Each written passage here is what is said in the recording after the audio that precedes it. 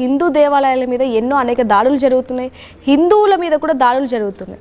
అంటే భారతదేశం మరో బంగ్లాదేశ్ అయ్యే అవకాశం ఉంది అంటారా? అంటే ఇప్పుడు మిత్రుల్లో నాకంటే ముందు ఇద్దరు మాట్లాడారు.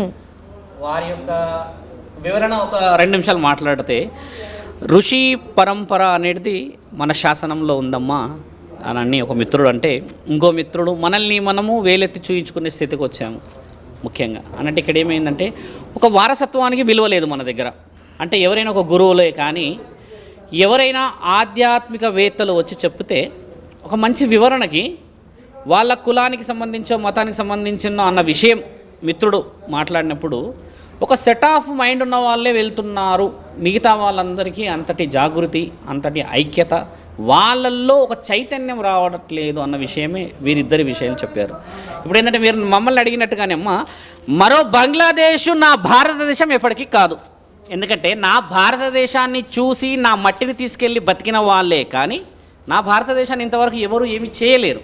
ఇప్పుడు ఏంటంటే శాసనాలు, ఇతిహాసాలు, పురాణాలు, తాళపత్రాలు, గంధాలు ఇవన్నీ పక్కన పెడితే ఇక్కడ వీరులు పుట్టిన మహాగడ్డం అనేది అఖండ భూమండలం అని అన్నారు. కాబట్టి ఎందరో ఛత్రపతి శివాజీ లాంటి వాళ్ళు, తర్వాత మహానీయులు యుద్ధం చేసి మన కాకతీయుల కాలం నుంచి అంటే ఈ రుద్రమాదేవి నుంచి మొదలు పెడతామా మనము పోరాడి గెలుచుకున్న అఖండం ఇది ఒక విధంగా మాట్లాడితే. ఇప్పుడు ఏంటంటే ఈ గుడిలపై ప్రత్యేకంగా జరుగుతున్న ప్రత్యేకత ఏంటంటే అమ్మ, మనలో ఉన్న ఈ ఐకమత్యం ఇంకా లోపించాలి అన్న ఉద్దేశం వేరే వాళ్ళది ఒక మాటగా అనుకుంటే అమ్మ. రెండో విషయం, మనలో మనకి ఐక్యత లోపించడానికి గల ముఖ్యమైన కారణం కుటుంబాలు. ఇక్కడ ఏంది ఎక్కువ చూస్తామో ఫైనాన్స్ డిస్కషన్స్, ఎమోషన్సే ఎక్కువ ఉంటాయి. కాబట్టి అన్నిట్లలో ఒక సాధు సంతులు మాత్రమే రావాలి. ఎందుకంటే వాళ్ళకి కుటుంబాలు, వారికి బాధ్యతలు అన్నిటిది ఎక్కువ శాతంగా ఉండదు. కాబట్టి ఆయన గారిని ఏం చేసినా ఎలా చేసినా కూడా ఈ ప్రాణం భారతదేశం కోసమే అని చెప్పేసి సాధువులు ముందుకు వస్తూ ఉంటారు. ఇప్పుడు అలా జరుగుతున్న ఒక సమావేశం అనుకోవచ్చు ఇది. చాలామంది పీఠాధిపతులు ఉన్నారు, గురువులు ఉన్నారు, ఆధ్యాత్మికవేత్తలు ఉన్నారు, టీవీల్లో కనబడతారా లేకపోతే ఇంకే వాళ్ళు ఏదైనా చేస్తారు అని అంటే ఉపయోగకరమైన విషయాలు మాత్రం లేవు ఇక్కడ.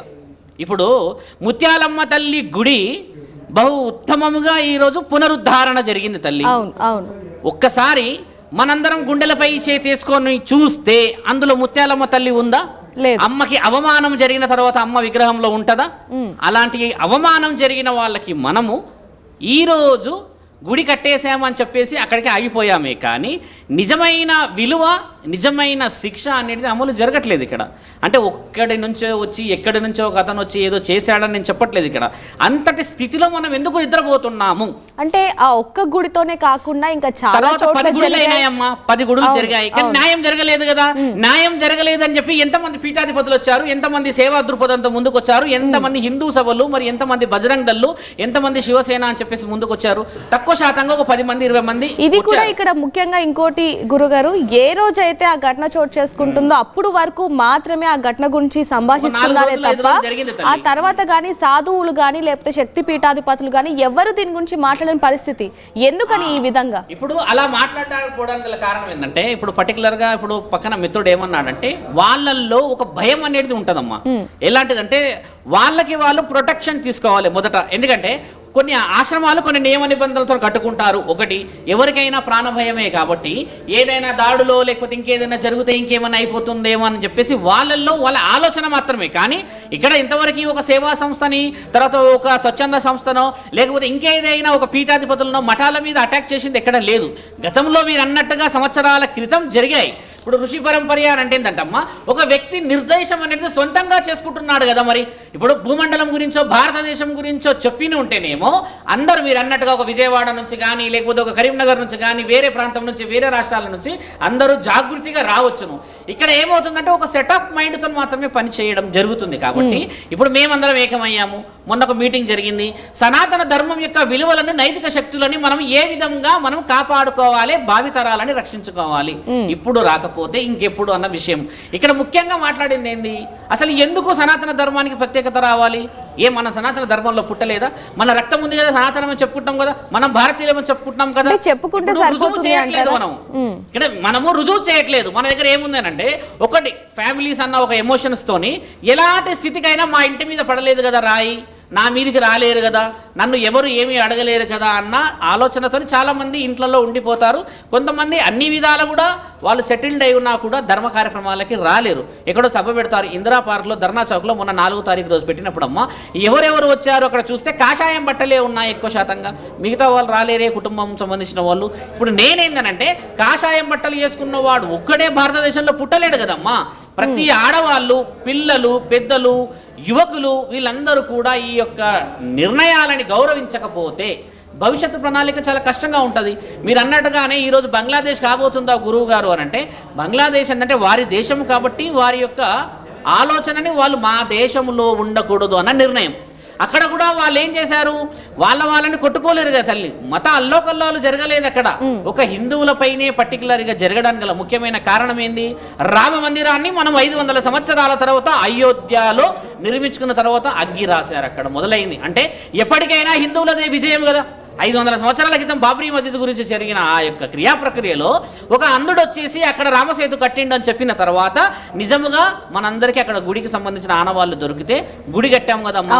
ఆ తర్వాత ఇప్పుడు జ్ఞానవాపి, ఇప్పుడు కాశీ విశ్వేశ్వరి ఆలయం గురించి మాట్లాడుతూ ఉన్నారు. ద్వారకాలో సంబంధించిన నరేంద్ర మోడీ గారు ఆ సముద్ర గర్భంలో నీటికి వెళ్ళేసి మన హిందువులలో ఏ విధముగా మనందరం చైతన్యపరచుకోవాలని చెప్పేసి ఆయన కొన్ని డైరెక్ట్గా చెప్తున్నారు. మనందరం ఇప్పుడు మేలుకోవాలి అంటే ఇక్కడ ఏమైతుంది, పీఠాధిపతులు మీరు అన్నట్టుగా ఎవరైతే శాసన మండలాన్ని శాసిస్తున్నారో అధికారులందరూ సొంత లాభానికి మాట్లాడటం జరుగుతుంది కదమ్మా.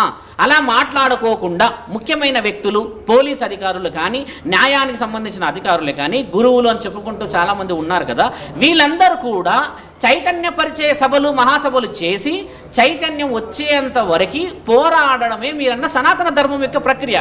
అది ఎలా వస్తుంది ఒక సనాతన ధర్మం అని అంటే అమ్మ, ఒక తల్లి ఇప్పుడు నీవు నీ పిల్లలకు కూడా నేర్పించాలి. ఇప్పుడు నీ ఒక్కదానివి నేను సనాతన ధర్మాన్ని పాటిస్తాను గురువు గారు అంటే రాదు. ఎందుకంటే నీ పిల్లలకు నువ్వు నేర్పించకపోతే, నీ భర్త పాటించకపోతే, నీకు సంబంధించిన కుటుంబ వ్యక్తులు పాటించకపోతే మరి సనాతన ధర్మాన్ని గౌరవించేది ఎవరు? మరి విదేశీయులు ఈరోజు మన భగవద్గీతని, మన పురాణాలని చదువుతున్నారంట. అక్కడ ఆ వీడియోస్ వస్తున్నాయి కదమ్మా మన దగ్గరికి. అలాంటి వీడియోస్, అలాంటి వాళ్ళు పాటిస్తున్నారు అని అంటే ఇక్కడ ఒక శక్తి నిక్షిప్తమై ఉన్నదనే అర్థం కదా. మరి ఇక్కడ ఉన్న వాళ్ళు ఎందుకు నిద్ర లేవట్లేరు? ఎందుకు మనకి ఒక సభ గురించి వస్తే ఎందుకు పెద్ద ఎత్తున రావట్లేరు? ఒక గుడి గురించే కానీ, ఒక గోపురం గురించే కానీ, ఒక ధర్మ సందేహాల గురించి కానీ మనలో మనకే ఐక్యత లోపిస్తే, ఒక వ్యక్తి అంటాడు ఇక్కడ గుడి కట్టకూడదు అని అన్నప్పుడు మరి ఎందుకు మన వాళ్ళు శివుడి గుడి కడుతున్నాడా, రాముడి గుడి కడుతున్నాడా, ఎన్ని తరాలు బతుకుతాము?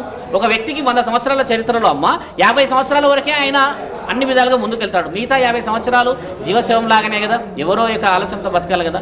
ధర్మ కార్యక్రమాలని మనం ఇప్పుడు తీసుకోపోకపోతే, దానికి మీరందరూ సహకరించకపోతే మరి ధర్మాన్ని ఎవడు కాపాడతాడు? వచ్చిన వాళ్ళనేమో మనం పైకి రానియలేము. ఆల్రెడీ సెటిల్డ్ అయి ఉన్న పర్సన్స్ ఏమో వాళ్ళు గోడలు దాటి బయటికి రారు. మరి ఇలాంటి సభలని మనము ఇప్పుడు ఎంకరేజ్ మీరు ఛానళ్ళ ద్వారా చేయకపోతే మరి పెద్ద పెద్ద ఛానళ్ళే కానీ, పెద్ద పెద్ద వ్యక్తులే కానీ, పెద్ద పెద్ద ఆధ్యాత్మిక శాస్త్రవేత్తలు మేము అని చెప్పుకొని తిరుగుతున్న వాళ్ళందరూ నీళ్లతోని దీపాలు, తర్వాత పెద్ద పెద్ద గాలిలో పెద్ద పెద్ద మేడలు కడుతున్నారు కదమ్మా. వీళ్ళందరూ ఐక్యం కావాలనేది ముఖ్య ఉద్దేశం ఇక్కడ. ఇప్పుడు మేమున్నాము గత సంవత్సరం నుంచి అన్ని ఛానల్లో చెప్పేది ఏంటంటే అమ్మా, హిందువులు మేల్కోవాలి అంటే ఎంతమంది హిందువులు ఈరోజు మేల్కొన్నారు మీరు చెప్పండి అమ్మా. ఎంతమంది అరాచకాలు జరిగాయి, ఎంతమంది ఆడపిల్లలకి రక్షణ లేకుండా పోయింది, ఎంతమంది న్యాయ నిర్ణయాలు చేశారు?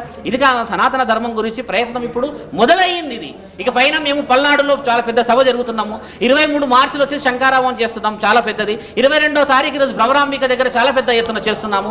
ఇలాంటి ఎన్ని సభలని నిర్ణయిస్తూ ఉన్నామంటే అమ్మా, కంటిన్యూగా ఇక పైన ఒక వారానికి 10 రోజులకు 15 రోజులకు ఒక సభ పడుతూనే ఉంటుంది. మన తెలంగాణ మొత్తం తిరగాలని నిర్ణయించుకున్నాం. పీఠాధిపతులందరినీ మేల్కొడుతున్నాం. వీలైతే మేము వెళ్ళి పీఠాధిపతులను అడుగుతాం, మీ పీఠంలో పెట్టండి సమావేశం అని చెప్పేసి. మేము దానికి అందరం సహకరిస్తామని 50 మంది వెళ్ళాం. చంద్రారెడ్డి గురూజీ గారు చేశారు. మొన్నే మేము అనుకున్నది కూడా ఒకటే, ఎక్కడా కూడా సభ జరిగితే హైందవులందరం మేమందరం బంధువులమని నిరూపించాల్సిన సమయం ఇది.